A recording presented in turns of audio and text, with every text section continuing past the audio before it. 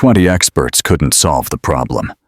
Then a janitor passed by and fixed it in 1 minute, not realizing the millionaire CEO was quietly watching.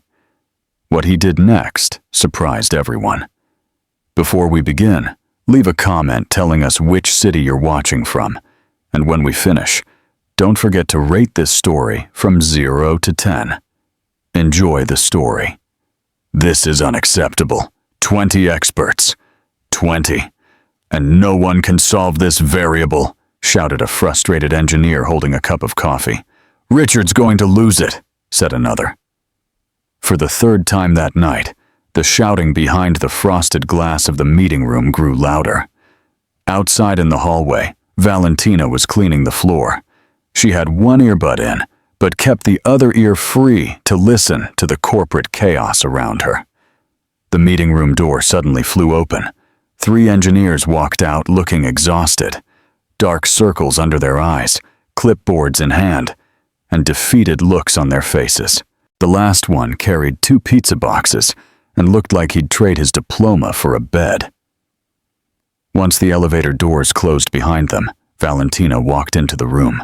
She put her mop in the corner, dropped the cleaning cloth into the bucket with a dramatic toss, and looked up at the huge digital whiteboard, still showing the problem. Well, look at this mess, she said, grabbing a dry cloth. They didn't even bother to erase their failure. She was joking. But as she wiped the corners of the screen, her eyes stopped on the equation in the center. She paused. Phew, wait a minute.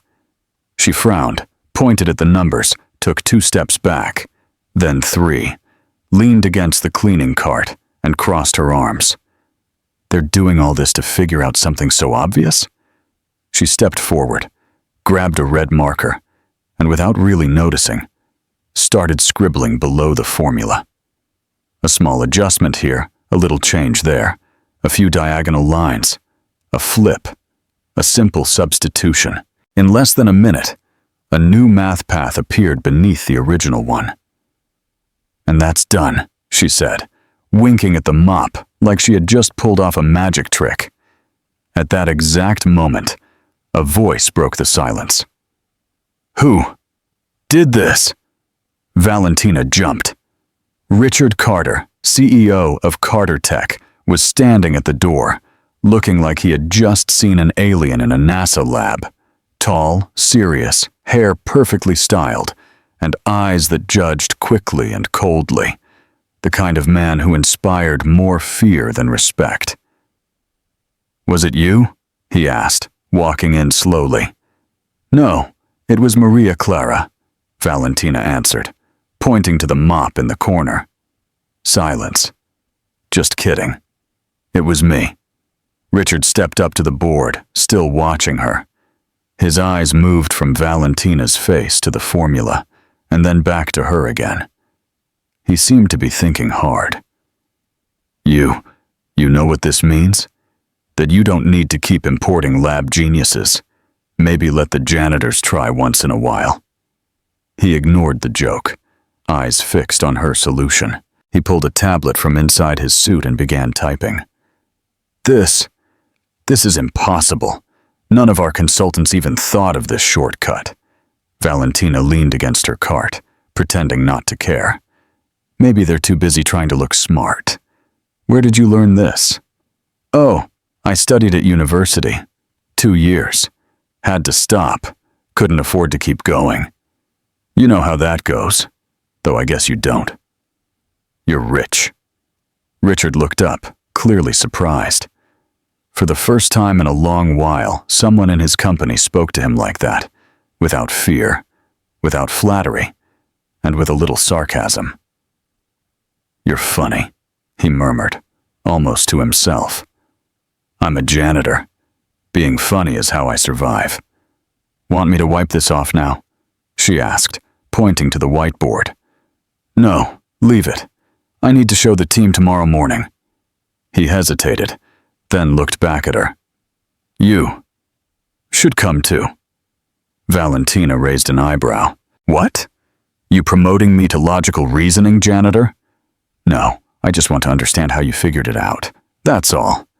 She paused for a second, then shrugged.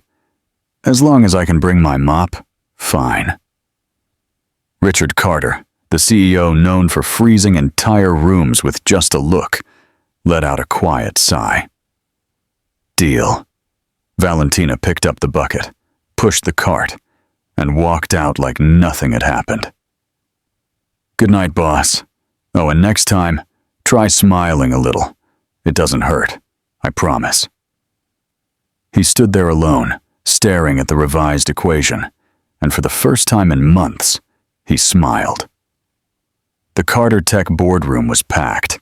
Directors, engineers, and managers, everyone dressed in shades of gray, navy, and black. A sea of suits, tablets, and serious faces. The tension was thick until the door opened, and someone very different stepped inside, pushing a cleaning cart. Valentina Ramirez, wearing her neatly pressed blue uniform, worn-out sneakers, and a shy smile, stopped at the doorway and looked at the curious eyes now turned toward her.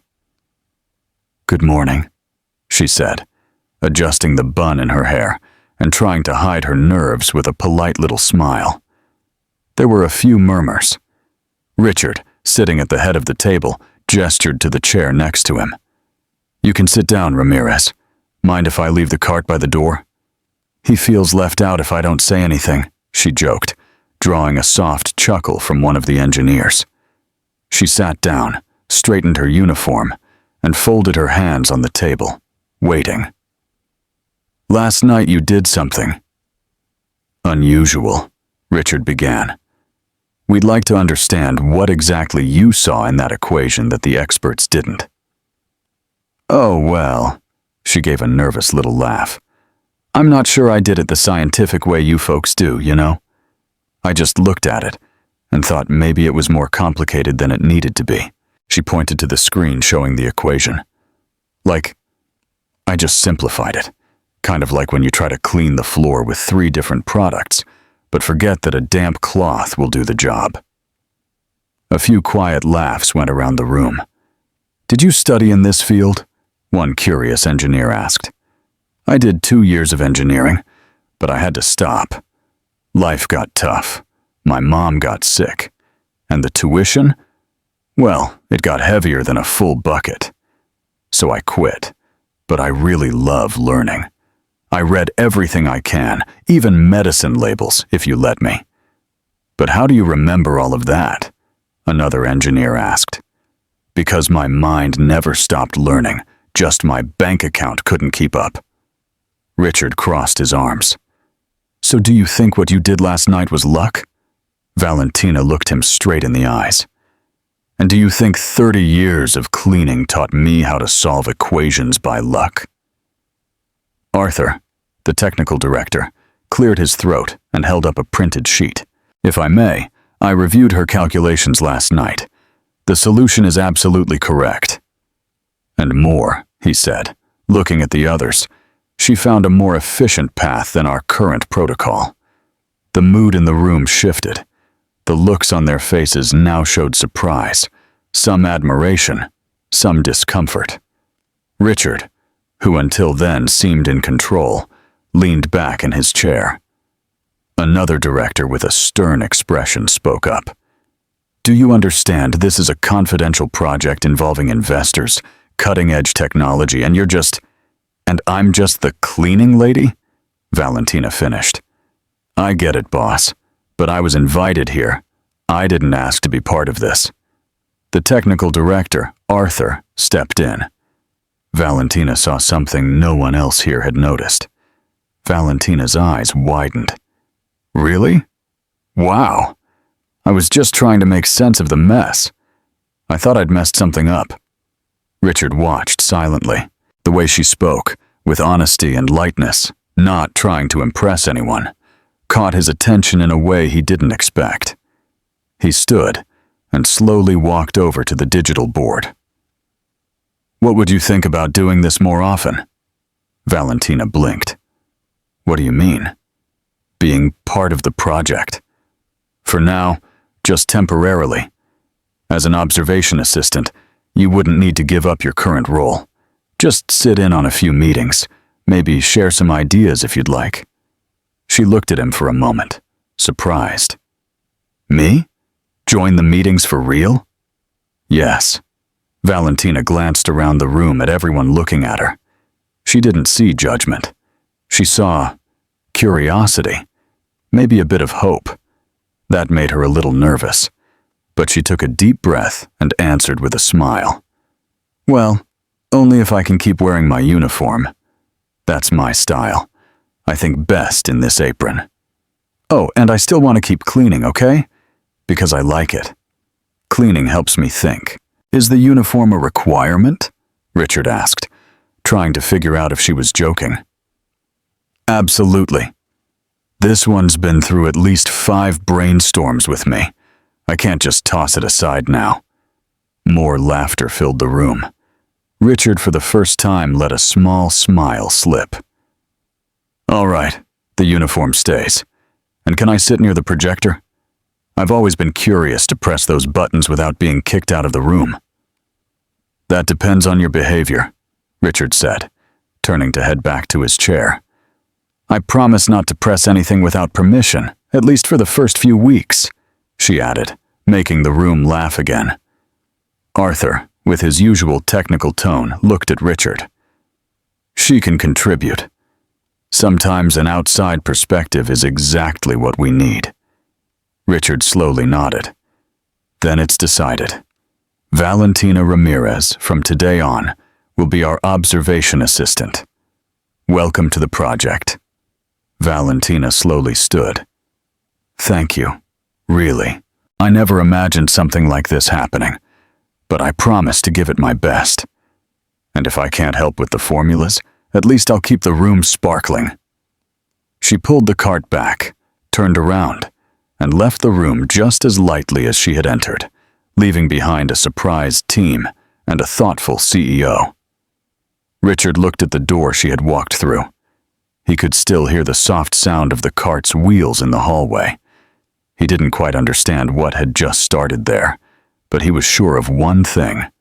That woman was anything but ordinary. The next day, Valentina could hardly believe she was there, sitting among artificial intelligence engineers, facing charts and serious expressions. The Carter Tech meeting table didn't feel so distant anymore. It was now her new point of view. She listened closely, hands folded in her lap, her cleaning uniform spotless, her eyes moving curiously from one screen to another. Then one of the engineers let out a loud sigh in front of an unfinished equation. This calculation doesn't work, not even with magic, he muttered. Have you tried replacing the vector with a fixed set? Valentina suggested, using the calmest tone. Everyone stopped. Arthur, the technical director, typed on his tablet, trying her idea. Within seconds, the graphs adjusted. A green light popped up. It worked, again, he said, almost in disbelief. Valentina smiled and shrugged.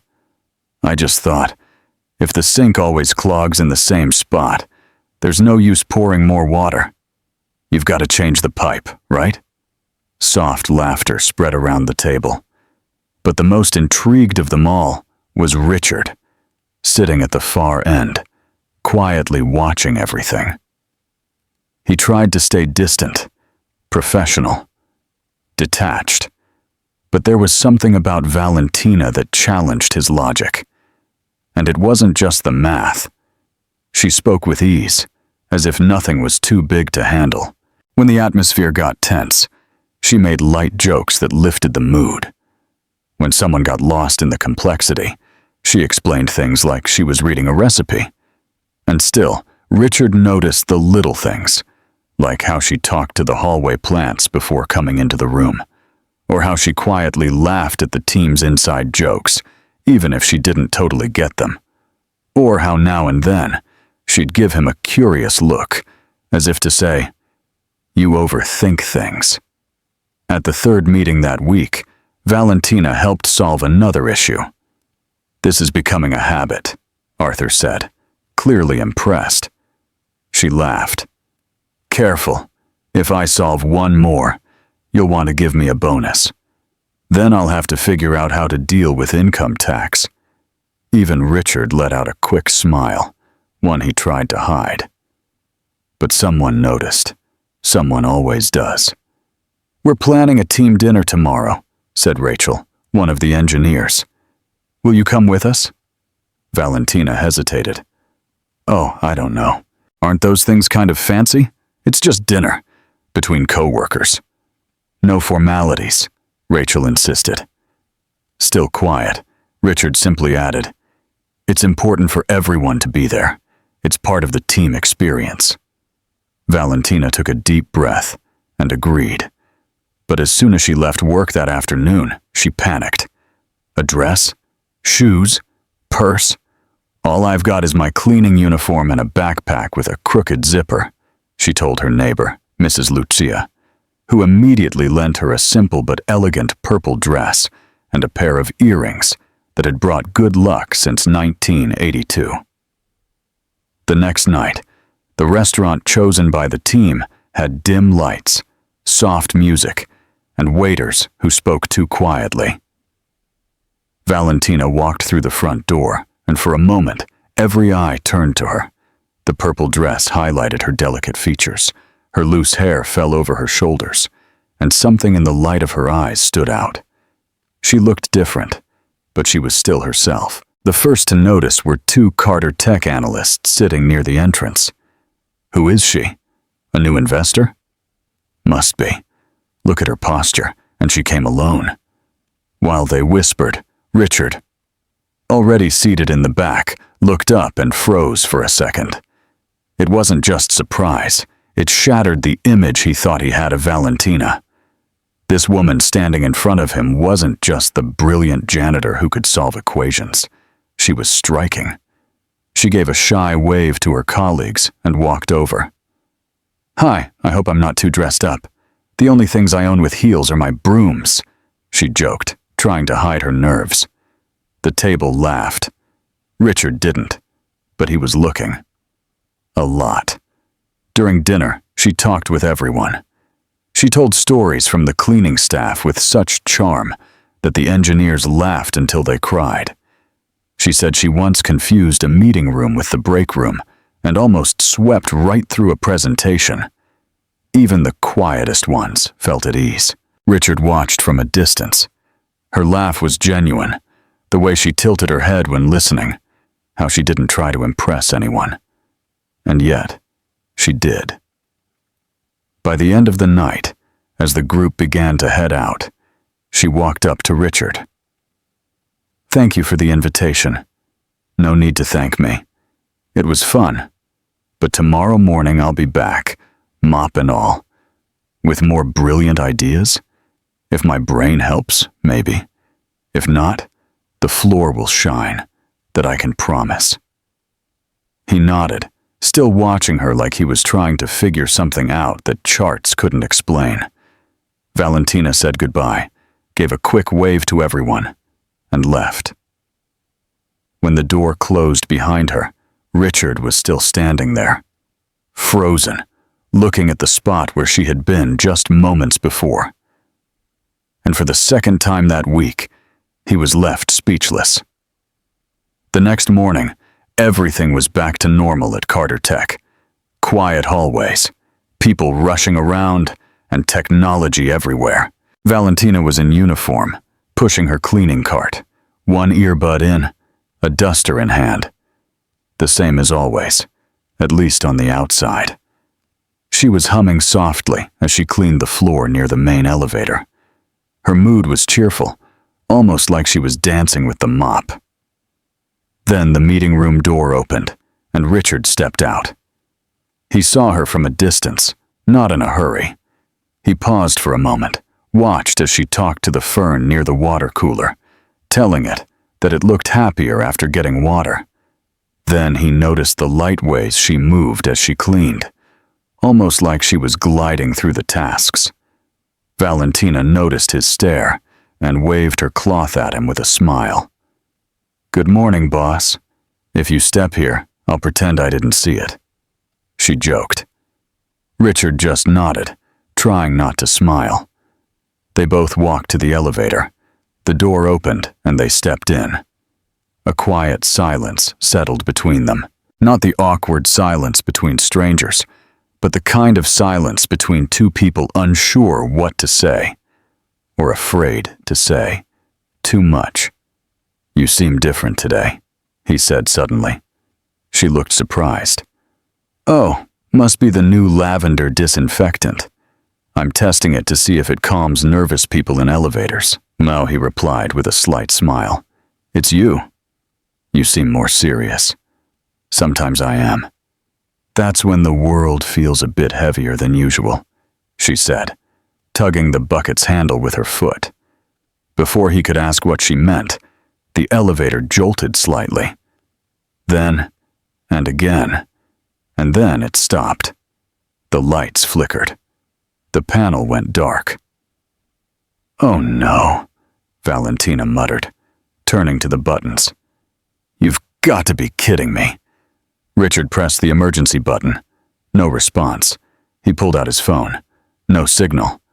"Looks like we're stuck," he said, clearly uncomfortable. "Perfect," she sighed, sitting down in the corner with the bucket beside her. "I'm becoming an expert in odd situations with you around. Does this happen often?" "No, but when it does, you're always part of it." "Coincidence?" "I hope so." She laughed, crossing her legs and leaning her head against the wall. "The last time I got stuck in an elevator, I was with an old lady carrying 3 grocery bags, 2 filled with fruit, and the third with a live chicken. This is a much more comfortable version." Richard leaned against the opposite wall, trying to look calm, but his jaw gave away his discomfort. "You don't like surprises, do you? I'm the CEO of one of the largest tech companies in the country. Surprises mean mistakes. Mistakes cost millions." She looked at him without speaking. "Are you always like this?" he asked. "So lighthearted?" "I try to be. Life didn't always give me reasons to smile, so I decided to make my own." "That's admirable. It's survival," she corrected. "My superpower." He stayed quiet for a few seconds. The elevator's emergency light cast soft shadows across their faces. "My father wouldn't understand that," Richard said suddenly. Valentina looked up. "Really?" He was always obsessed with success. "I grew up in a world where you were only as good as your performance." "Got a 90?" he'd ask. "Why not 100? Won an award?" He wanted to know if it was the biggest. There was no room for mistakes. Or rest. She listened quietly, giving him her full attention. "And you followed in his footsteps. I think I did. I never stopped to ask if there was another way. But is there?" Richard hesitated. For the first time, he seemed uncomfortable not having a clear answer. "What about your mother?" she asked, shifting the focus. "She passed away when I was young. He raised me on his own. Work, discipline, routine. That's how it was. Not much talking, not much emotion." Valentina took a deep breath. "Well, then let me tell you what it's like when life is all emotion." She adjusted her posture, looking up at the ceiling of the elevator. "My mother worked all day as a seamstress, cooked for 3 households besides our own, and still found time to laugh with me and my sister at night, even when she was tired." Richard was listening closely. "When she got sick, I dropped out of college to take care of her and my little sister. And it all happened so fast. There wasn't even time to understand it, but I'm happy I did what needed to be done. My mom's doing a little better, and now my sister has a shot at going to college. But anyway, here I am. I just didn't expect to end up stuck in an elevator with the most serious CEO in the Northern Hemisphere. I'm not that serious." "No? Then prove it." He looked at her, a quiet exchange of glances, challenging, almost intimate. "You make me think about things I usually avoid," he said softly. "Like what?" like what my life would be like if I had taken the time to breathe talk. Notice. Valentina smiled, a calm smile, like someone who understands more than she says. Maybe there's still time. Silence filled the space, but this time it was a comfortable silence, full of unspoken words. She moved a little closer, standing next to him, their shoulders almost touching. Funny how we spend our lives rushing, and then, in a stuck elevator, we learn more about each other than in months of meetings. Maybe the pauses teach more than the plans. See? You're learning. They laughed together. Richard looked at her for a few seconds. There was something there he couldn't quite explain. A strange but warm connection. Familiar, but new. He leaned in slightly. So did she. Time seemed to slow down. Their faces moved closer. His gaze dropped to her lips, then returned to her eyes. But then, the lights came on. The panel lit up. "Elevator in operation," said the robotic voice, preparing to ascend. Valentina's eyes widened, and she stepped back slightly, fixing her hair like nothing had happened. "Wow, talk about a ruined movie moment," she said as she stood up. Richard cleared his throat, clearly flustered, but stood up right after. "Looks like we got out of it." "Yeah, we really did," she repeated, more quietly, looking at the door. When the elevator reached the top floor, Richard and Valentina walked out side by side, without saying a word. Something between them had changed. There was something unresolved, something quietly starting to grow. Valentina went back to her routine with her cleaning cart and her earbuds hanging from her shirt collar.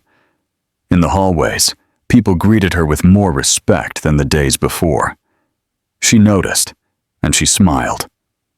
Meanwhile, Richard, buried in meetings and decisions, kept finding his eyes searching for Valentina between rooms. Without realizing it, he started waiting for her cheerful comments or the soft sound of her laughter and breaks. But then, a notification changed everything. An alert popped up on the public relations team's tablet and reached every department at once. Scandal at Carter Tech. Latina cleaning lady without a degree works on billion-dollar project. The headline spread like wildfire. Within minutes, gossip sites, tech outlets, and even morning shows were all covering the story. It went viral. The main photo showed Valentina standing by a whiteboard, smiling, in her cleaning uniform, with her badge clipped to her pocket. The caption read, "Identified as a cleaning lady with no higher education. The young woman is reportedly involved in high-level technical decisions." Social media comments ranged from mockery to outrage. Next thing you know, the bus driver will be the lead engineer. This is what happens when people confuse diversity with competence. No degree needed, just know how to scrub? Valentina found out while she was washing the windows in the project room. One of the interns, not realizing she was nearby, said out loud, "Did you see the cleaning lady genius scandal?" She slowly turned around. When she saw the screen on the intern's phone, it felt like the ground disappeared beneath her. It was her face, her story. Her dignity turned into a joke. Quietly, she set the cloth down on the counter and walked to the locker room. She stayed there for nearly half an hour, staring at herself in the mirror. When she came out, she walked to the break room and saw part of the team gathered, talking about the news. Some looked away as soon as she entered. Others stared openly, curious. She kept her head high. "You all know I'm here, right?" she said in the firmest tone she had ever used. "You could at least wait until I'm out of the room before talking about me." The silence was instant and uncomfortable. Meanwhile, Richard stood in front of the crisis room screen, watching the fallout unfold. "Find out who leaked this," he told the IT team, "and remove all unauthorized images from everywhere." "Sir," said the communications director, "the situation's out of control. We're trying to contain it. Don't try. Do it, he replied sharply. He left in a hurry and went down to the second floor, where he found Valentina sitting in one of the meeting rooms. Her eyes were downcast, but there were no tears, just a tense face, like she was holding back a storm inside. Valentina. I saw it, she interrupted. I'm taking care of it. This is outrageous. It's prejudiced, and we won't allow. Richard, please. She raised her hand, asking for silence. He stopped. I know you want to help. I know you were upset, but you don't need to protect me. The silence between them was heavy. She stood up. I didn't get this far because someone gave me permission. I got here because I've been facing the world since I was young. It's not the first time someone has looked down on me. Not the first time I've been laughed at. But this time, I expected that inside these walls, it would be different. Richard tried to respond, but she didn't give him the chance. I don't want to be protected like I'm some well-meaning mistake that needs fixing. I want to be recognized as someone who's contributing, with ideas, with work, and above all, with dignity. He took a deep breath and stepped closer. I do recognize all of that, and I won't let them take away the value of what you're doing. Then respect me when I say that. For now, I need some time. She took off her badge, the one she proudly wore every day, and placed it on the table. I need to think about whether I still want to be part of a place where a person's worth is measured by the title on the wall, and not by the ideas they bring to the table. Without waiting for a reply, she turned and left the room. She walked down the hallway, ignoring the looks and whispers, went to the front desk, signed out for a temporary leave, and walked out of the building without looking back. Richard stayed by the table for a few minutes. The badge seemed to shine under the cold light of the room, small, simple, but full of meaning. In the hours that followed, the company's atmosphere changed. Everything felt quieter, as if everyone was waiting for something or someone. The next day, Richard stepped into the elevator. The floor was clean as always, but there was no sign of the blue cart, no scent of lavender, no cloth swinging in the corner, and most of all, no presence to make that space feel less metallic and more human. During the technical meeting, he noticed more interruptions, more tension. The unexpected comments were missing, the clear thinking, the lightness. And at the end of the day, when he walked through the main hallway and saw the plant near the water cooler wilting, he understood. He missed her. Not just her logic, not just her solutions, but her presence, her voice, her laugh, her gaze. Valentina wasn't just part of the project. She was part of something he didn't even know he needed. Until now. 3 days passed without Valentina at Carter Tech. 3 days that felt more like 3 weeks to Richard. The technical meetings were tense. Problems took longer to solve, and there was a nearly tangible emptiness in the hallways. Even the plant near the cooler looked droopy, as if it missed the person who used to talk to it every day. Richard tried to focus on work, but every time he passed the second floor, he instinctively looked for the blue cart. When the elevator doors opened, he expected to hear her making one of her cheerful comments. During meetings, he waited for a simple remark that would untangle the most complicated issues. By the third day, he couldn't take it anymore. He asked HR for Valentina's address and, late in the afternoon, drove his black BMW to a neighborhood he had never been to. The streets were narrower, the houses more modest, but there was life on every corner. Kids played on the sidewalks, neighbors chatted on their porches, and the smell of home-cooked meals filled the air. Valentina's house was small, but well cared for. The green gate was open, showing a modest garden with colorful flowers and a rocking chair on the porch. Richard parked and sat still for a moment, unsure if he was doing the right thing. Before he could back out, the front door opened, and a middle-aged woman with gray hair in a bun and a floral apron stepped out to water the plants. "Can I help you?" she asked with a kind smile. "Good afternoon. I'm Richard Carter. I work with your daughter Valentina." The woman's eyes lit up. "Oh, so you're Valentina's boss. Come in, come in. She's talked so much about you." "I'm Elena, her mother." Richard hesitated. "Actually, I came to speak with her about—" "Come in first." "In this house, guests don't stay at the door," Elena insisted, gesturing warmly. Richard followed Elena into a small but cozy living room, a sofa with crochet covers, family photos on the walls, and the unmistakable smell of cake in the oven. A young woman around 18 sat at the table, surrounded by books and notebooks. "This is Sophia, Valentina's sister," Elena said. "Sophia, this is Mr. Richard, your sister's boss." Sophia looked up from her studies and gave a shy smile. "Nice to meet you, Mr. Carter. Val always says you're very smart."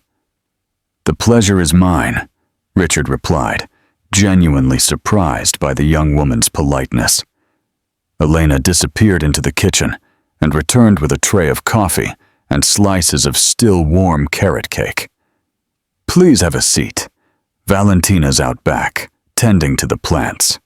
She does that when she needs to think." Richard accepted the coffee, impressed by the family's natural hospitality. There was no luxury here, but there was something his millionaire home never had: warmth. "Sophia's in her last year of high school," Elena said with clear pride.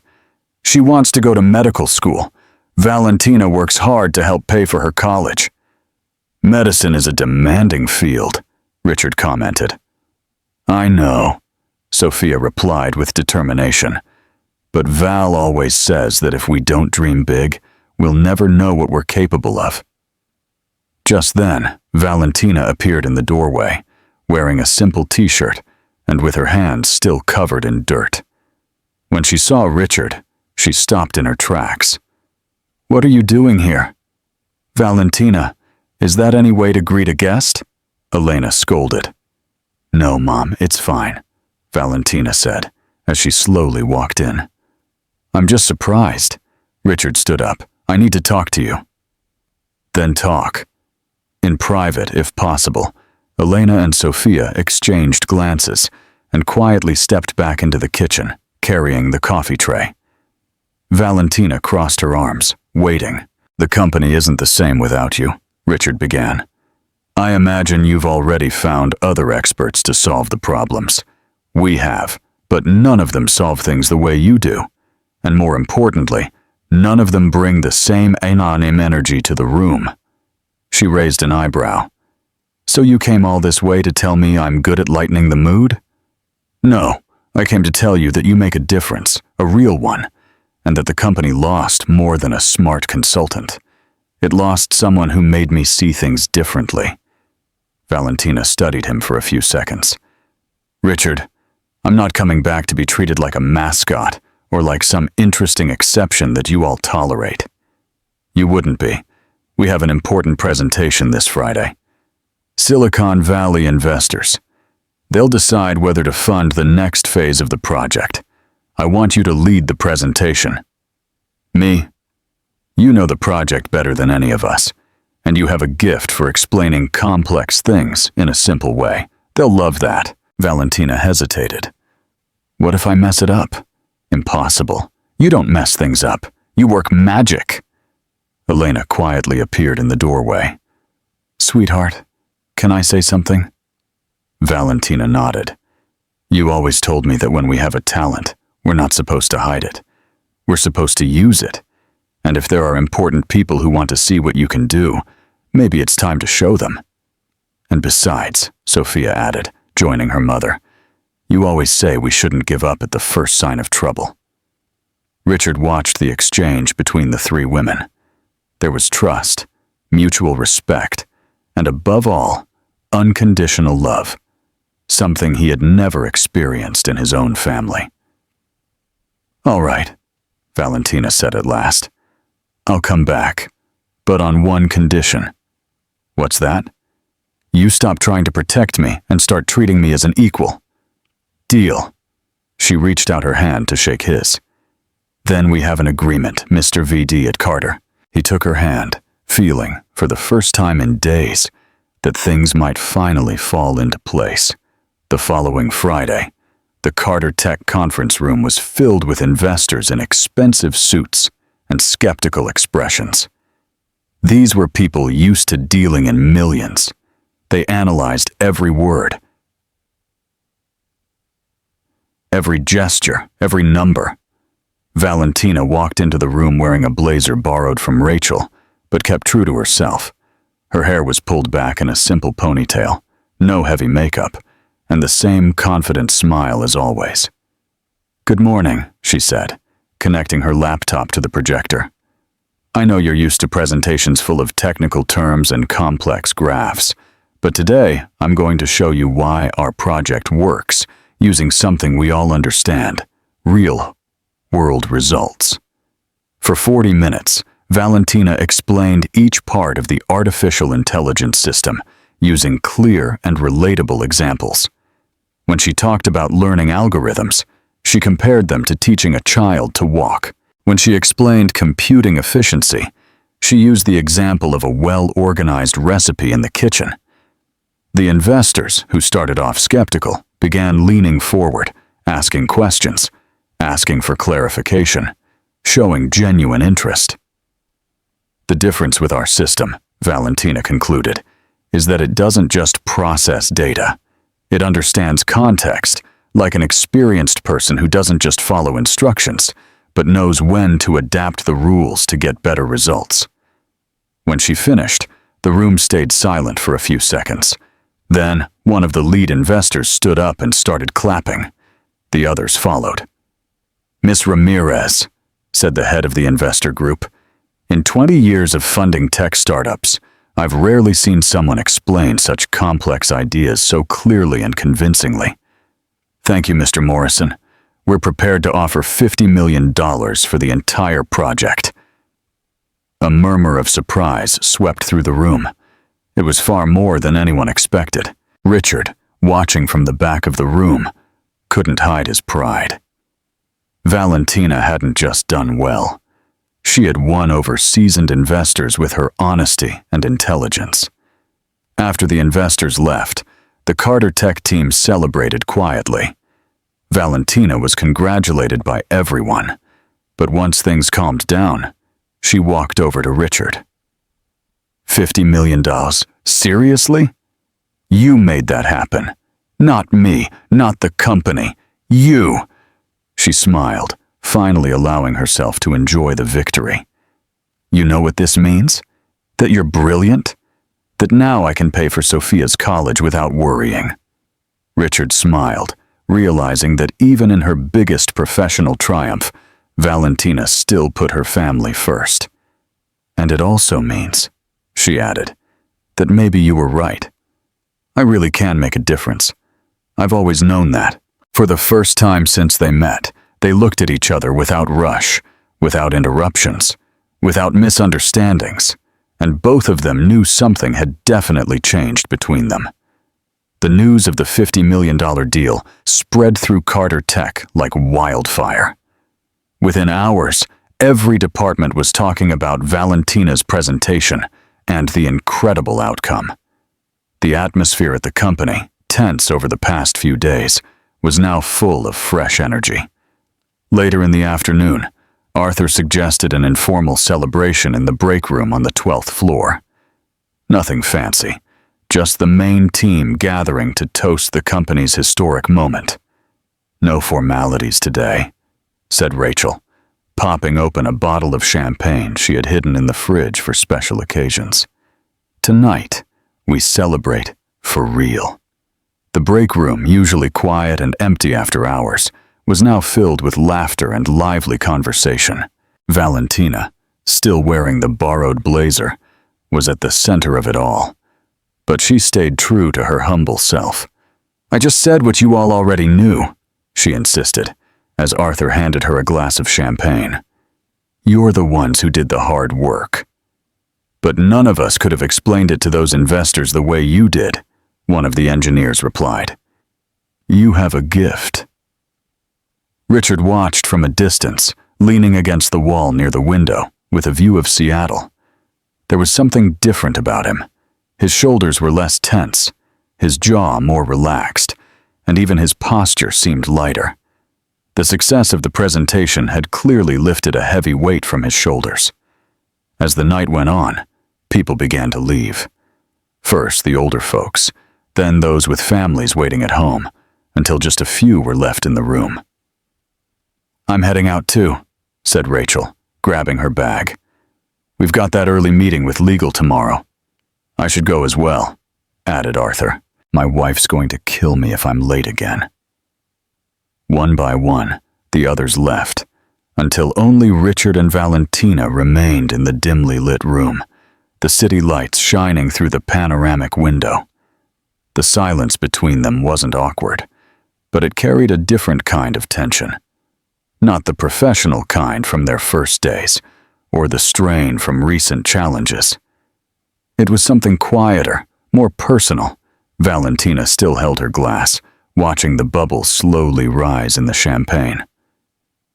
So, she said, breaking the silence. 50 million. That's like a lot of money, huh? Richard let out a quiet, genuine laugh. It is quite a bit, yes? I guess now you can buy more identical suits for your wardrobe, she teased, flashing a playful smile.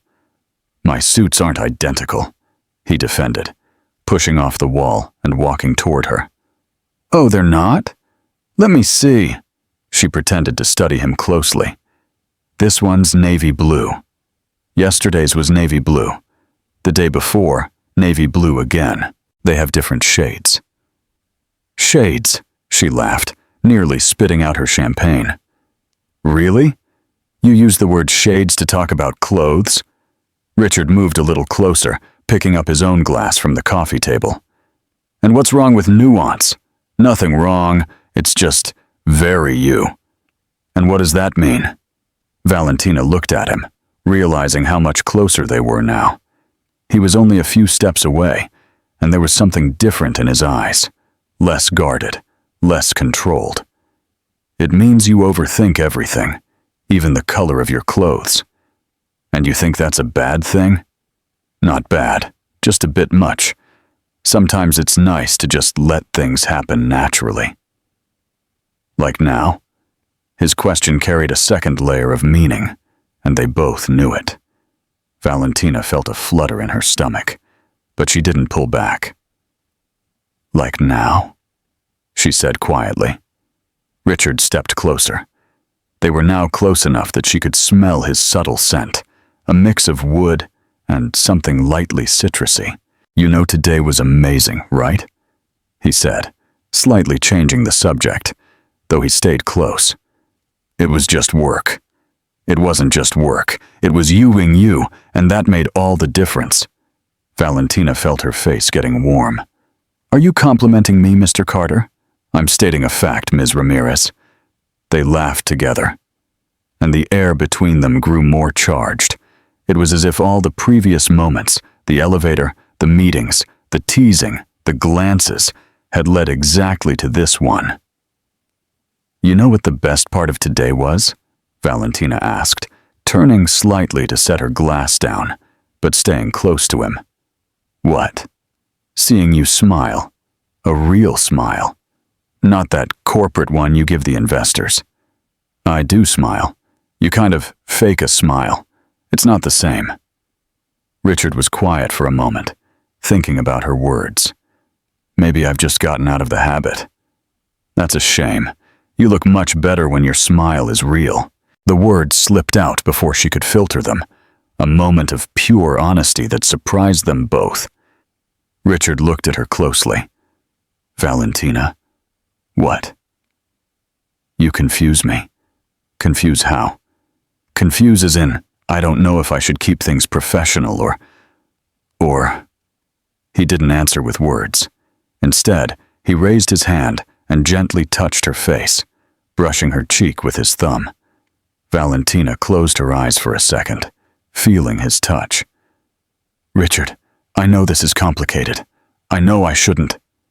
"Stop thinking so much," she said, opening her eyes and looking directly at him. That was all he needed. Richard leaned in slowly, giving her time to pull away if she wanted. But she didn't. Instead, she leaned in too, until their lips met in a soft kiss, hesitant at first. The kiss deepened naturally. It wasn't desperate or rushed, but full of all the unresolved moments between them. His hands moved to her waist, hers rested on his chest, feeling his quickening heartbeat. When they finally pulled apart, their foreheads touched as they caught their breath. "That was," Richard began. Unexpected, she finished with a small smile. "A good kind of unexpected?" "A very good kind." They chuckled quietly, still close, still processing what had just happened. "So now what?" Valentina asked. "Now, I don't know," he admitted honestly. "Well, at least you're being honest. I'm always honest with you." They stayed there a few more minutes, talking softly, laughing, sharing a few more gentle kisses. It felt like a wall had come down, allowing them to connect on a level beyond the professional. When it was finally time to leave, Richard walked her to the parking lot. "Want me to drive you home?" he offered. "No need. I took the bus. All the more reason. Let me drive you." On the drive to her house, they talked naturally, as if the moment they shared had cleared the air for good. When they arrived, he walked her to the gate. "Thanks for the ride, and for the rest of the evening. The pleasure was mine."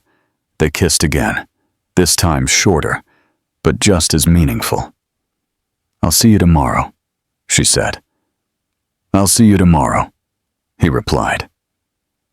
But when tomorrow came, everything had changed. Richard arrived at the company at his usual time, greeted employees with his usual politeness, and attended the morning meetings with his usual professional manner, as if the night before had never happened.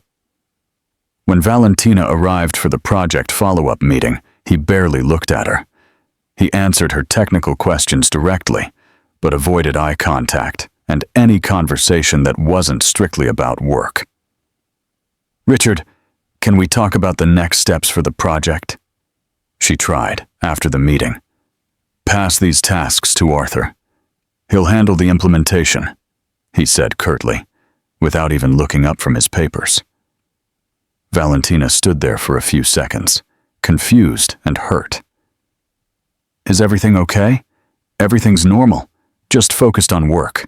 The coldness in his voice hit like a bucket of ice water. Valentina left the room without another word, but with a heavy heart. On the second day, things got worse. Richard was even more distant, almost cold. He avoided being alone with her, passed off any communication through other team members, and when he had to speak to her, his tone was so formal, it was like he was talking to a stranger. During lunch, Valentina tried again. "Richard, I need to talk to you. I'm busy right now. Schedule a meeting with my assistant." "Schedule a meeting? Seriously?" He looked at her with a blank expression. "That's the proper protocol." Proper protocol. The words echoed in Valentina's mind like a slap in the face. That afternoon, she stayed in the break room after everyone had left, staring out the same window where just 2 days earlier they'd shared a moment together. The view was the same, but everything felt different now. The tears came without warning, not from anger, but from disappointment. Disappointment in herself for believing that moment had meant something to him, for letting herself be vulnerable, for mistaking his moment of weakness for something real. She wiped her eyes with the back of her hand and made a decision. The next day, at the end of the workday, Valentina knocked on Richard's office door. When he said to come in, she walked in and placed an envelope on his desk. "What's this?" he asked, not looking up. My resignation letter. This time he looked up, surprised. What? You heard me. I'm resigning. Why? Valentina looked at him, a mix of sadness and resolve in her eyes. Because I'm not going to work in a place where I'm treated like a mistake to be ignored. Because I won't stay where my presence makes someone uncomfortable. And most of all, because I deserve more respect than this. Valentina, no. She raised her hand, cutting him off. You made your position very clear these last few days. I got the message. Now I'm making the decision I should have made from the start. She turned to leave, but paused at the door. That night meant something to me. But I realized that to you, it was just a moment of weakness you'd rather erase. That's fine. I just didn't expect you to be too much of a coward to talk about it like an adult. And she left, closing the door behind her, leaving Richard alone with the envelope and the weight of his own choices. The days after Valentina's resignation were some of the longest in Richard Carter's life. The first time in his fast-moving career, he couldn't fully focus on work. His meetings were still efficient, but robotic. His decisions were still accurate, but the spark he'd found in the last few weeks was gone. The office felt bigger, colder, and quieter. Even the team noticed the difference.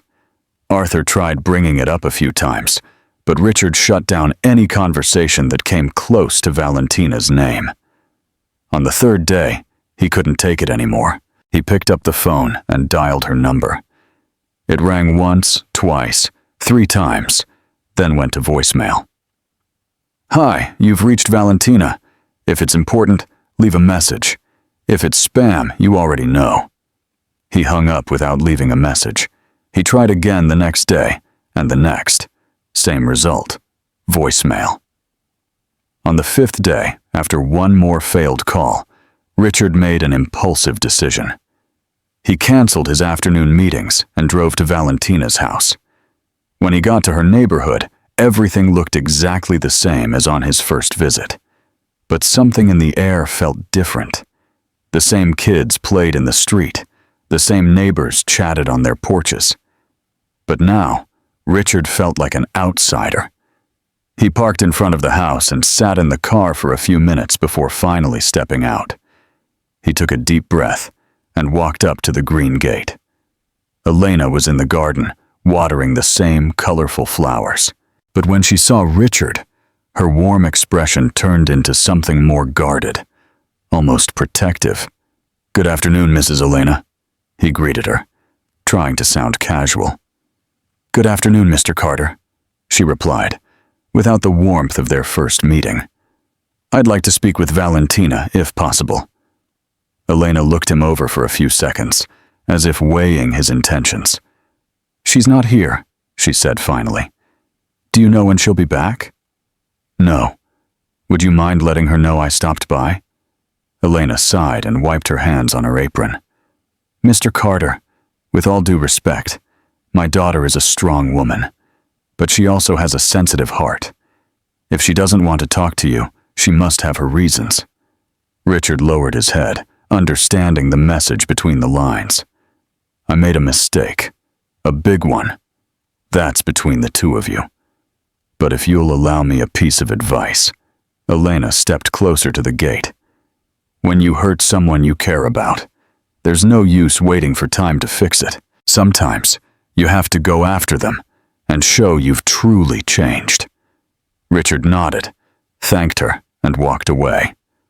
But Elena's words echoed in his mind the whole way back.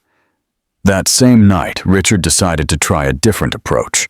He opened his laptop and started writing an email. He wrote and deleted at least 10 different versions, trying to find the right words to express how he felt. In the end, he went with something simple and direct.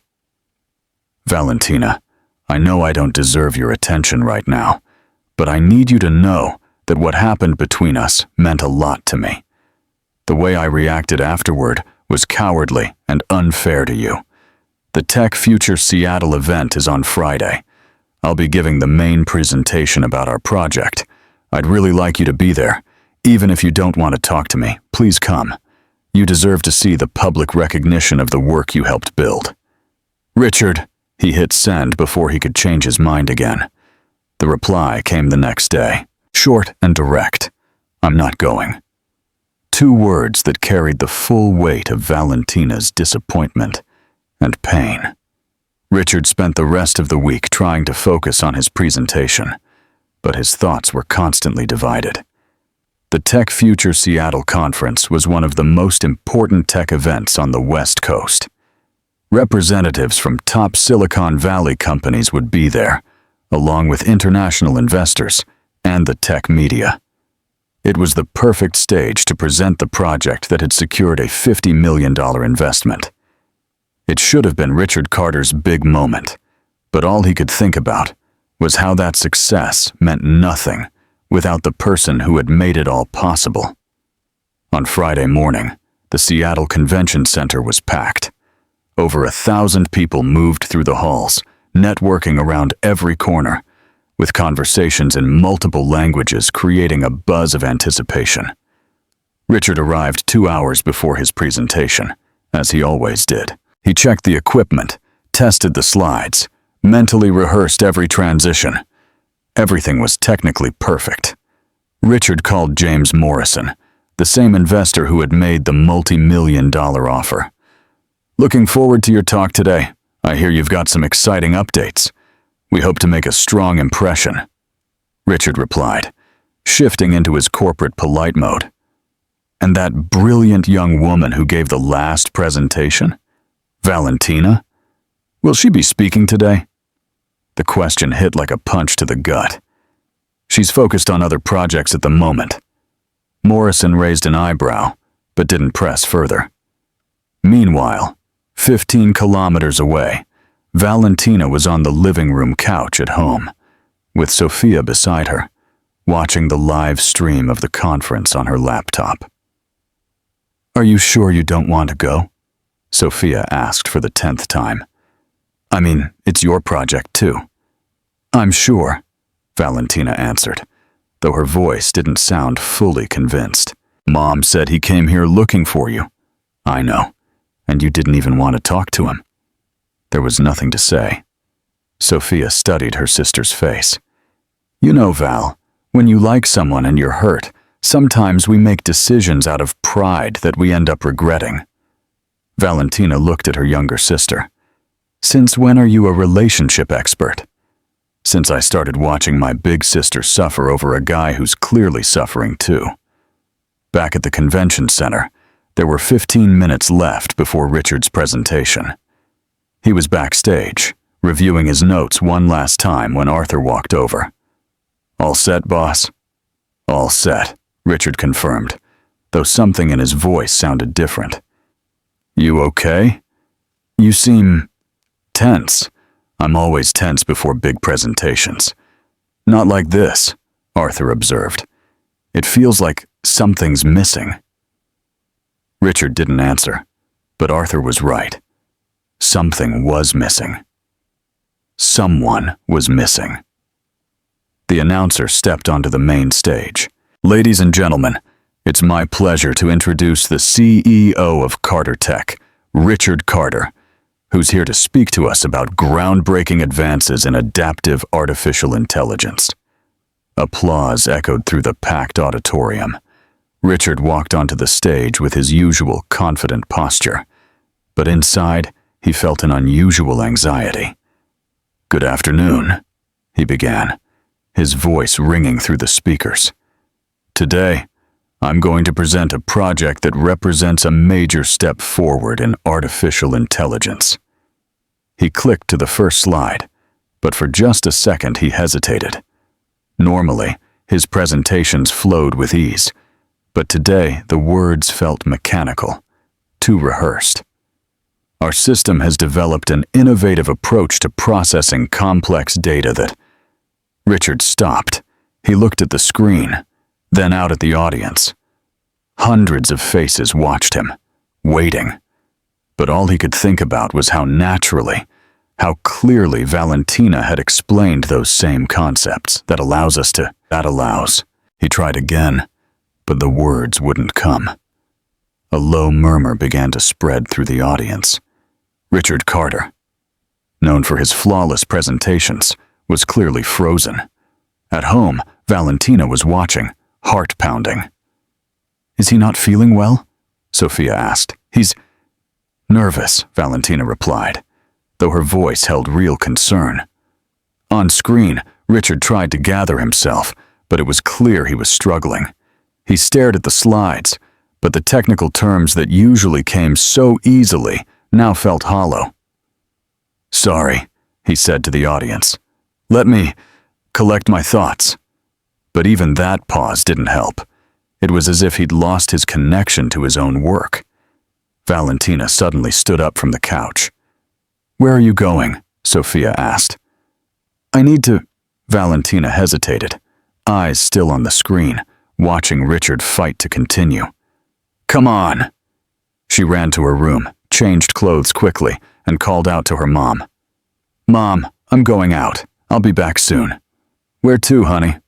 "To save a proud idiot." Elena smiled, knowing exactly what that meant. Back at the convention center, Richard gave it one more try.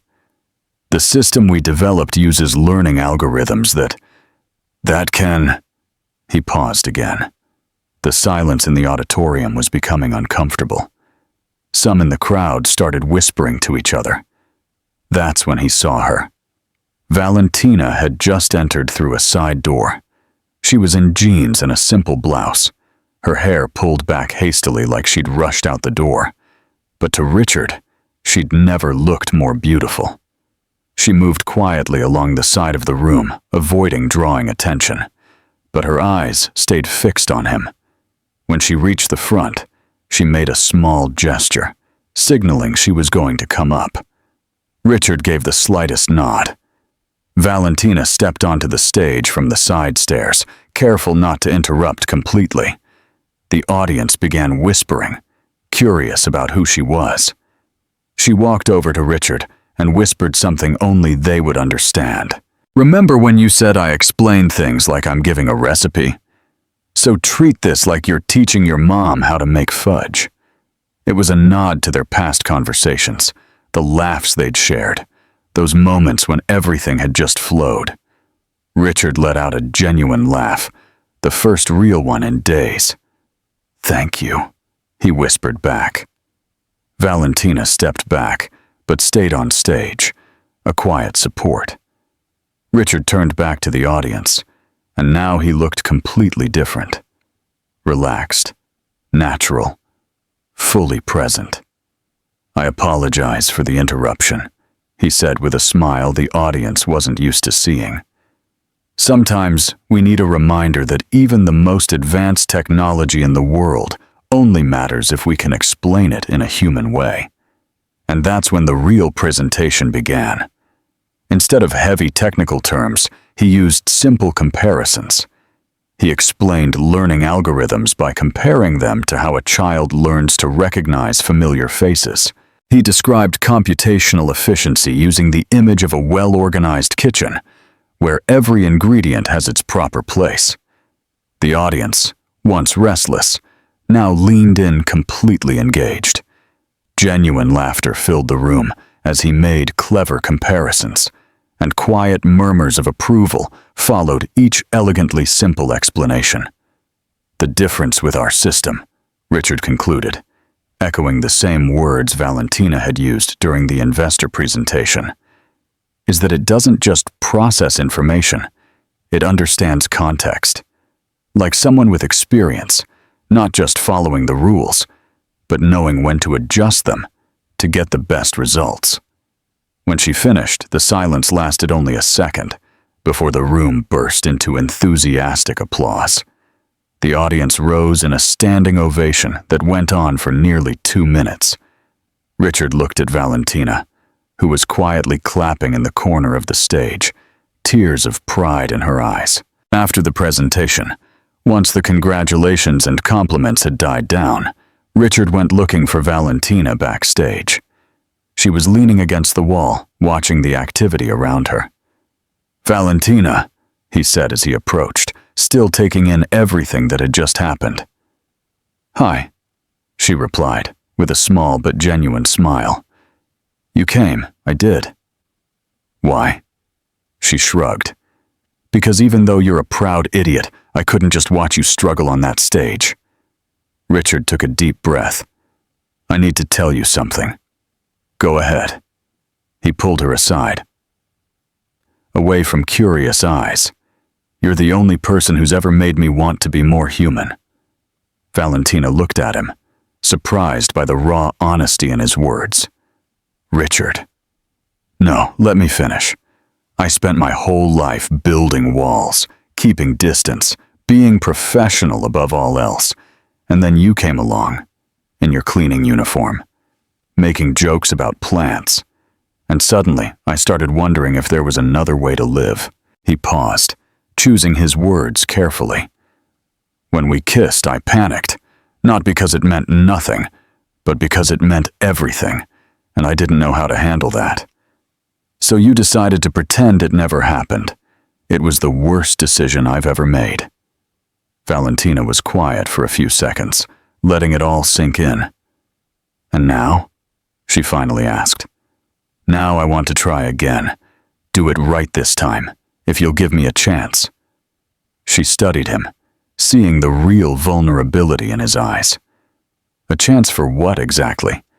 "To find out who I can be when I'm not trying to be perfect all the time." Valentina smiled, really smiled, for the first time in days. "That's going to take some work, you know. I'm counting on it." And for the first time in days, they both smiled for real. In the days following the conference, everything at Carter Tech started to change. Richard was more relaxed, more engaged in meetings, and even his smiles felt more natural. Valentina was now officially back on the project, with a formal position as a specialist consultant, a fair salary, and the recognition she deserved. They worked together with a rhythm that impressed the whole team. Ideas flowed easily, problems were solved faster, and there was a new lightness in the air that hadn't been there before. But there was also something lingering, an unresolved tension, a conversation that still needed to happen, and feelings that were being carefully avoided while they focused on work. It was a Wednesday when Valentina received the phone call that would change everything. She was in the project room, going over code with Arthur. When her phone rang, the number wasn't familiar, but something told her to answer. "Hello? Valentina Ramirez?" "Yes, that's me. This is the engineering department at Stanford University. I'm calling about your application for the international scholarship." Valentina nearly dropped the phone.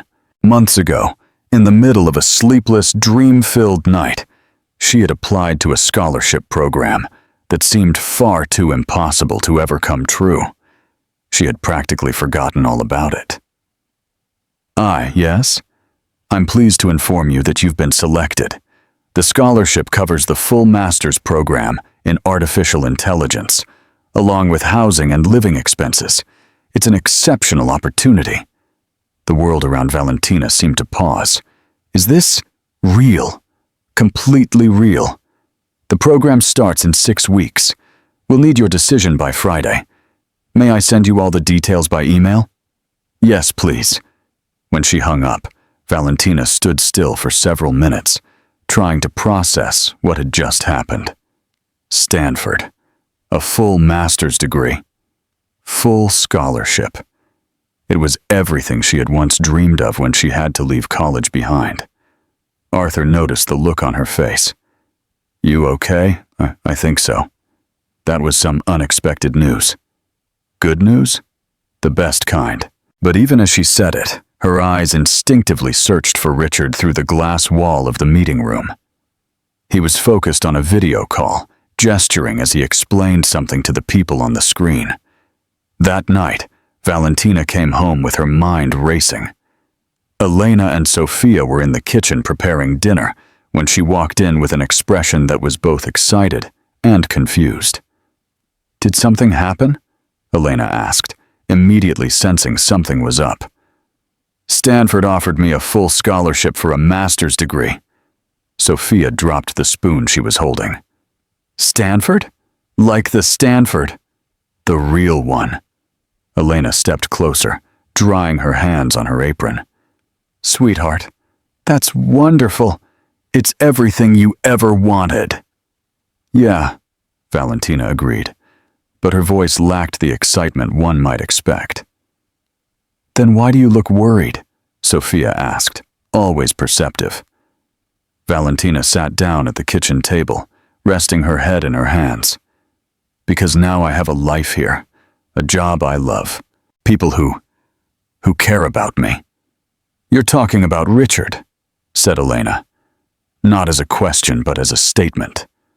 Among other things, yes. Elena sat next to her daughter.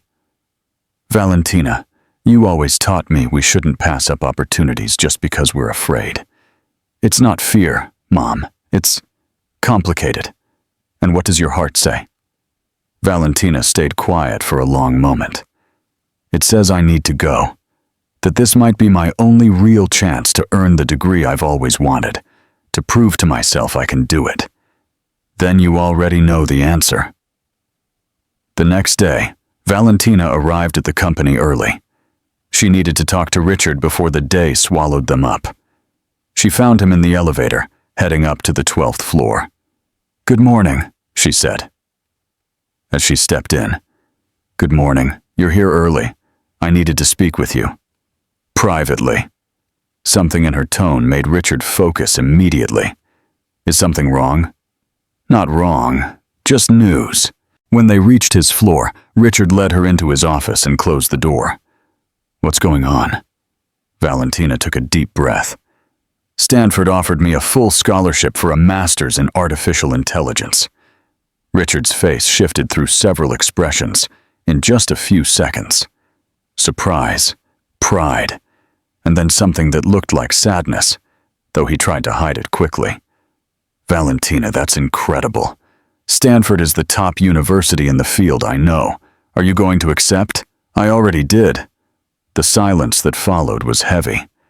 Richard walked over to the window, looking out over the city below. When does it start? In 5 weeks. 5 weeks, he repeated, more to himself than to her. Richard, He turned to her with a smile that didn't quite reach his eyes. You don't have to explain. It's a once-in-a-lifetime opportunity.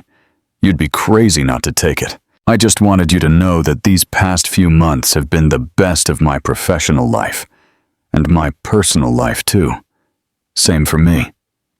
They looked at each other for a few seconds, both knowing there was more to say, but neither wanting to make the goodbye harder than it already was. I'm going to miss you, Richard said finally. I'll miss you too. The company won't be the same without you. You'll be fine. You're all brilliant. You're the one who brought the brilliance. In the weeks that followed, Valentina split her time between wrapping up projects at Carter Tech and preparing for the move. There were documents to handle, flights to book, and a whole life to pack into a few boxes. The team organized a small farewell party in the conference room. There was cake, laughter, heartfelt speeches, and plenty of promises to keep in touch. Valentina tried to keep the mood light, making jokes about how she'd miss fighting with the coffee machine and chatting with the hallway plants. Richard attended the party, but he kept his distance. He shook her hand politely, wished her luck with school, and left early, saying he had an urgent meeting. On her last day, Valentina made a point of cleaning off her desk herself, packing a few personal items into a small box. She was just about to leave when Richard appeared. Can I help with that? No need. It's just a few things. You took the box anyway. Let me carry it to your car. They walked silently through the halls she had come to know so well, first as a cleaner, then as a consultant. Every step seemed to carry the weight of shared memories. In the parking lot, Richard placed the box in the back seat of the borrowed car Valentina was using. So this is it, she said, trying to sound casual. This is it. Will you take care of the plant by the water cooler? It's kind of dramatic. Needs attention. I'll take care of it. And if you need someone to explain algorithms using cooking metaphors, Arthur did okay in the training I gave him. Richard smiled, a real one this time. No one explains things like you do. You'll get there, and you'll learn to loosen up too. Promise? I'll try. She reached out to shake his hand, but he ignored it and pulled her into a hug. A long, tight hug, filled with all the unspoken things between them. When they pulled apart, both had tears in their eyes. Take care of yourself, Valentina. You too, Richard. She got in the car, started the engine, and waved through the window before driving off. Richard stood there until the car disappeared around the corner. That night, alone in his apartment, Richard walked to the window that looked out over the city. Seattle sparkled with its usual night lights, but everything seemed dimmer without her there. He grabbed his laptop and started doing something he had never done in his professional life. A search that had nothing to do with business or technology. How to surprise someone special. Unique romantic ideas. How to show love in an unforgettable way. He spent hours browsing, taking notes, making plans. Because for the first time in his life, Richard Carter had something more important than work to focus on. Valentina Ramirez deserved an unforgettable surprise, and he had 5 weeks to plan something that would change both their lives forever.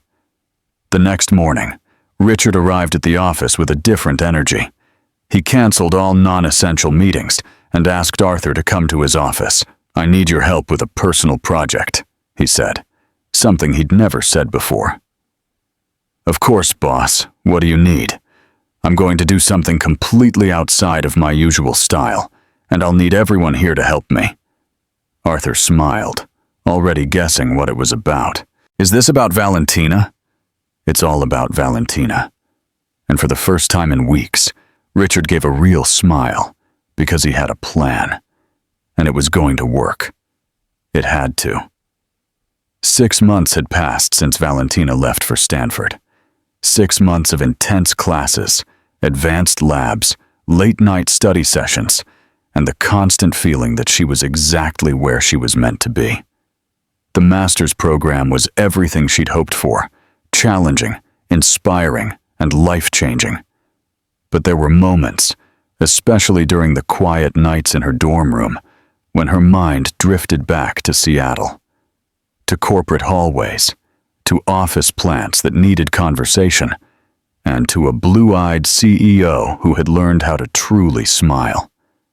They kept in touch now and then, at first through professional emails, later more casual messages. Richard always asked about her classes. She always asked about the company, and about the plant near the water cooler. Neither of them mentioned missing each other, but the feeling was always there, between the lines. Sophia's graduation was set for a Friday in June. Valentina had gotten special permission from the university to come back and be there for the most important academic moment in her sister's life. Sophia had been accepted into the medical program at the University of Washington with a partial scholarship, something Valentina could now help support with her own research grant. The flight back to Seattle was filled with nerves and anticipation. Valentina didn't know if she'd see Richard, if he even knew she was coming, or if it would just be another short, quiet visit with her family. When she arrived home, the welcome was as warm as ever. Elena cried. Sophia screamed with joy, and the whole neighborhood seemed to know that Elena's daughter was back from the fancy university. "You've changed," Elena said, studying her daughter's face during dinner. "Changed how? More grown up? More confident? Stanford's been good for you." "For you, it has," Valentina agreed, though there was something in her voice that didn't escape her mother's ears. "But?" "No. But, Mom, I'm happy. Happy isn't the same as feeling complete, said Sophia, always the observant one. Valentina changed the subject, but she knew her sister was right. The graduation ceremony was set to take place in Sophia's school gym, decorated with blue and gold banners and rows of neatly arranged chairs. Valentina arrived an hour early, helping the family find good seats and chatting with other proud parents. She was taking pictures of Sophia in her cap and gown when she noticed something odd. Staff were setting up something that definitely hadn't been there during their visit the day before. A small extra stage, complete with a professional sound system. That's strange, she murmured to Elena. That wasn't there yesterday when we came to check the place out. Maybe it's for the keynote speaker, her mother suggested, though she looked just as puzzled. The ceremony began, right on time. Sophia looked radiant as she walked gracefully across the main stage to receive her diploma. Valentina cried with pride when her sister's name was called, remembering all the sacrifices they'd made to get to that moment. After the diplomas were handed out, the school principal stepped up to the microphone. "Before we close our ceremony," he said, "we have a special presentation. A guest who insisted on being here today for a very personal tribute." Valentina frowned. That definitely hadn't been part of the program. "Please welcome Richard Carter, CEO of Carter Tech." Valentina's heart stopped. Richard stepped onto the additional stage wearing a sharp navy blue suit. But there was something different about him. He looked nervous, almost vulnerable. He adjusted the microphone and looked straight at her in the crowd. "Good evening, everyone. I know I'm interrupting an important celebration, and I apologize for that. But sometimes when you meet the person who completely changes your life, you can't wait for the perfect moment. You have to create it." Curious murmurs spread through the crowd. Valentina was frozen, unable to fully process what was happening. "A few months ago, I met an extraordinary woman. A woman who solved a problem that 20 experts couldn't. A woman who taught me that intelligence doesn't come with a diploma, that wisdom isn't tied to a zip code, and that sometimes the best solutions come from the most unexpected places." He paused, clearly emotional. "Valentina Ramirez, you used to clean the floors at my company, but you ended up cleaning my heart." A collective awe echoed through the room. Elena held on to Valentina's arm, who sat wide-eyed. "You taught me how to really laugh. You showed me that talking to plants isn't crazy, it's kindness. You showed me that explaining complicated things in simple ways is a rare gift. And most of all, you taught me that I could be a better person if I stopped trying so hard to be perfect." Richard took a deep breath, visibly nervous. "I know you're at Stanford now, chasing your dreams, and I don't want to get in the way of that. But I also know life is too short to let love slip by, just because the timing isn't ideal." He stepped down from the stage and began walking toward her. The audience turned as he passed, creating a path between the chairs. "Valentina, when you left, I realized that professional success means nothing if you have no one special to share it with. I realized that important meetings are far less important than spontaneous laughter. And I realized that I love you." He stopped in front of her as she sat there, completely stunned. "I love you for who you are. Funny, brilliant, challenging, caring. I love you for making jokes during serious moments, and for taking seriously the moments I thought were just jokes." Richard knelt down right there in the middle of the packed gymnasium and pulled out a small box from his pocket. "Valentina Ramirez, will you marry me? And before you answer, just know, I already spoke with Stanford. They have an executive master's program that allows remote learning. You don't have to choose between your dreams and us." The entire room fell completely silent. Even the kids stopped making noise. Valentina looked at the man kneeling in front of her, the same man who had once been cold and distant, now making a public declaration in the middle of a high school graduation. "Richard Carter," she said, slowly rising. "You are completely out of your mind." He smiled, waiting. "And I love that about you." She finished holding out her hand for him to slip on the ring. The room erupted in applause and cheers. Sophia jumped out of her seat. Alina cried, and everyone in the graduating class's families clapped for a couple they barely knew, but whose story had clearly moved them. Richard stood up and kissed her, a kiss full of everything they had missed and a promise for what was to come. When they pulled apart, Valentina looked into his eyes with that mischievous smile he adored. "But I have one condition," she said, loud enough for the mic to pick up. "Anything," he said, still holding her close. "I'll only marry you if you clean the house today."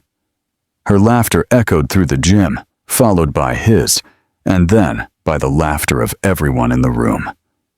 "Deal," he said, "as long as you teach me how to talk to plants properly." "Deal," she replied.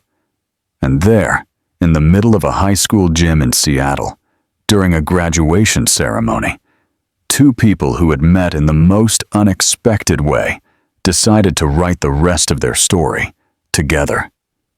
Sophia came running over, still in her cap and gown.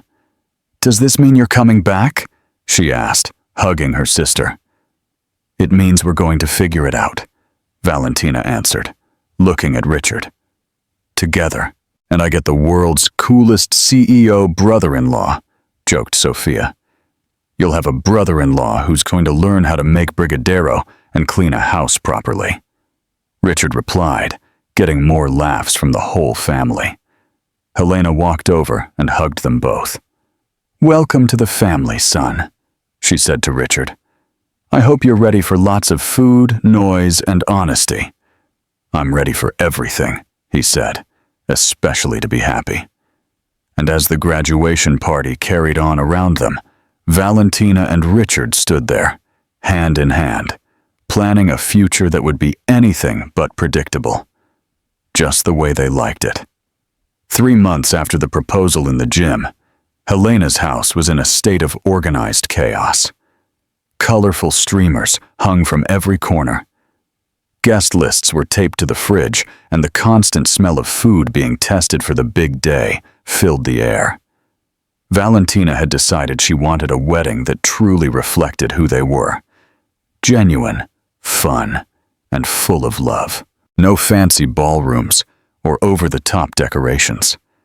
The ceremony would take place in the family's backyard, with Latin food prepared by aunts and cousins, and a playlist mixing salsa, merengue, and even a few elevator music tracks that had become inside jokes between the couple. "Are you sure you don't want something a bit more sophisticated?" Richard asked for the 10th time, while helping hang string lights between the backyard trees. "Richard Carter, if you ask that again, I'll marry Arthur instead," Valentina warned, adjusting the flowers she'd picked up herself at the Central Market. "Arthur doesn't know how to make brigadeiros," Richard replied, making her laugh. "True, you're staying."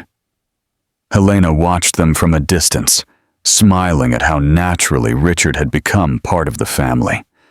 Over the past few months, he had learned how to season feijoada, play dominoes with Valentina's uncles, and even picked up a few Spanish words, enough to make Helena laugh at his pronunciation. The morning of the wedding was sunny with a light breeze that made the decorations dance gently.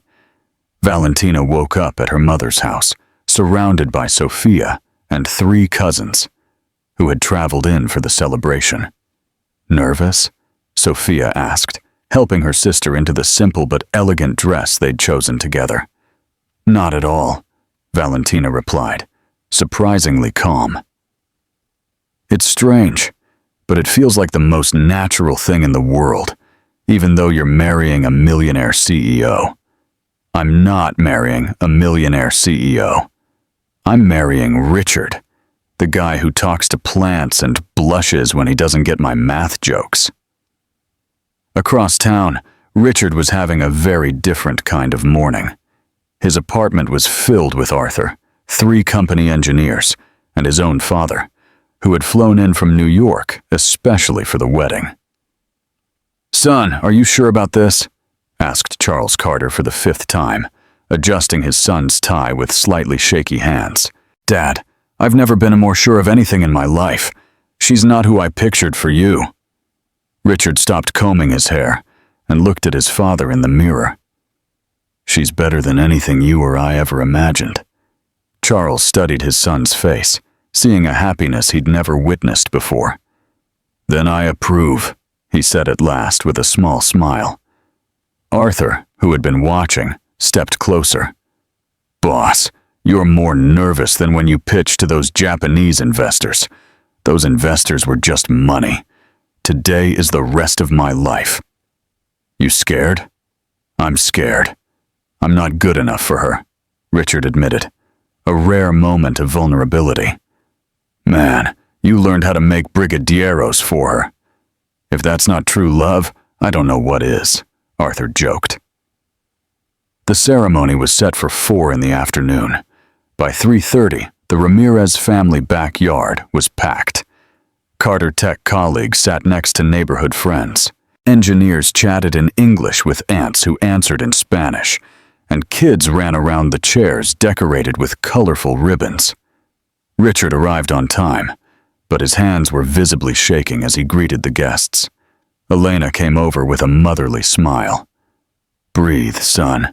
It's just a wedding, not a corporate merger." "It's worse than a corporate merger," he confessed. "In a merger, the worst that happens is I lose money. Here, if I mess up, I lose Valentina. You're not going to lose anything. She loves you just the way you are.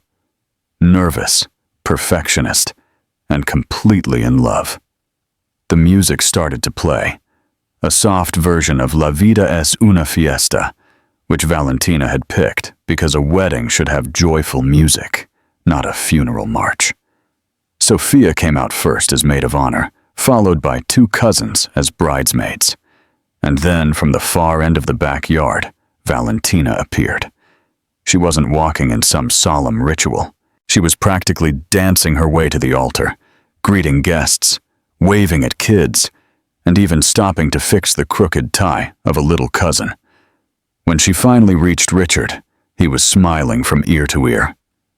"You took your time," he whispered. "I couldn't just rush past everyone without saying hi." "That would be rude," she whispered back with a grin. The efficient, a family friend who had become certified just for the occasion, started the ceremony with a mix of Portuguese, English, and a few Spanish phrases that made the whole family laugh. "We are gathered here today to celebrate the love between Valentina and Richard. A love that began in an unusual way, grew in unexpected ways, and is now becoming official in, well, an unusual way too," he said, gesturing toward the decorated backyard. When it was time for the vows, Richard pulled a piece of paper from his pocket, his hands still shaking. "Valentina, I wrote and rewrote this at least 20 times, but in the end, I realized all I really needed to say is simple. You've taught me that life is better when we don't take everything so seriously. You taught me that intelligence comes in many forms, and the best one is knowing how to make others laugh. And you taught me that true love means someone accepting you, even when you wear the same suit every day." The crowd laughed, and even Richard smiled at his own nerves. "I promise to love you, respect you, and never again pretend that our special moments didn't mean something to me. And I promise to learn how to cook at least 5 Latin dishes before our first anniversary." "I do," yelled one of the aunts from the back, making everyone laugh. Valentina hadn't prepared anything written. She took Richard's trembling hands and spoke from the heart.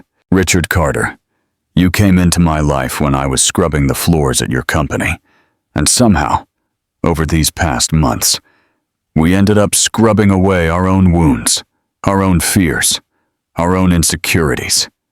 She paused, holding back emotion. You gave me the chance to show I'm more than a cleaning uniform. And I gave you the chance to show you're more than an expensive suit. I promise to keep challenging you, keep making you laugh, and keep reminding you that plants grow better when you talk to them. And I promise to keep pretending I understand your math jokes, Richard added, making Valentina burst out laughing. I now pronounce you husband and wife, the officiant declared. You may kiss the bride. The kiss was met with applause, cheers, and the sound of Latin music that started playing right after the ceremony. The reception that followed was just as Valentina had imagined it. A big buffet with homemade food, drinks ranging from cold beer to fruit punch made by the aunts, and lots of dancing. Richard, who had taken secret salsa lessons over the past 2 months, surprised everyone with his moves. He wasn't perfect, but he was having fun, and that's what mattered. Who is this man? And what did he do with my boss? Joked Arthur, watching Richard spin Valentina on the makeshift dance floor. That's the real Richard, said Rachel. Valentina just melted the layers of ice he'd built around himself. As the night went on, the speeches grew more emotional, the dancing more relaxed, and the laughter more frequent. Elena gave a toast, saying her daughter had found someone who truly completed her. Charles Carter, visibly moved, admitted he had never seen his son so happy. Around 11, as the party started to wind down, Richard and Valentina stepped away to a quiet corner of the yard. So, Mrs. Carter, he said, still holding her hand, how does it feel to be officially married to a CEO? How does it feel to be officially married to a genius cleaning lady? She shot back. Feels like I'm way too lucky. Well, you better get used to it, because you're not getting rid of me anytime soon. They stood there for a few minutes, watching their guests, their families, now one family, and thinking about the future. Richard, I have an idea, Valentina said suddenly. You always do. What is it this time? What if we started a company together? Not a traditional tech company, but one focused on education, programs to teach kids from underserved communities coding, AI, that kind of thing. Go on. We'll call it something like Codes of the Heart. The idea is to show that talent exists everywhere. It just needs a chance. Richard looked at her, once again amazed by her ability to think of others, even on her wedding day. You know that's brilliant, right? I do. And I also know you'll want spreadsheets and projections before you agree. Actually, he said, pulling her in for another kiss, I'm in. No spreadsheets, no projections, just because it's a beautiful idea from an even more beautiful person. Careful, Mr. Carter. You're getting way too romantic. I've just learned that life is better when you have the right person to share it with. 3 years later, sitting at the headquarters of Code from the Heart, watching a group of young people present their first programming projects, Richard glanced at Valentina. She was laughing with one of the students who had just made a joke about algorithms, explaining complex ideas with the same simple clarity as always. She wasn't your typical genius. She was the kind of woman who cleaned the world with soap, humor, and love. What did you think of Valentina and Richard's story? Share your thoughts in the comments.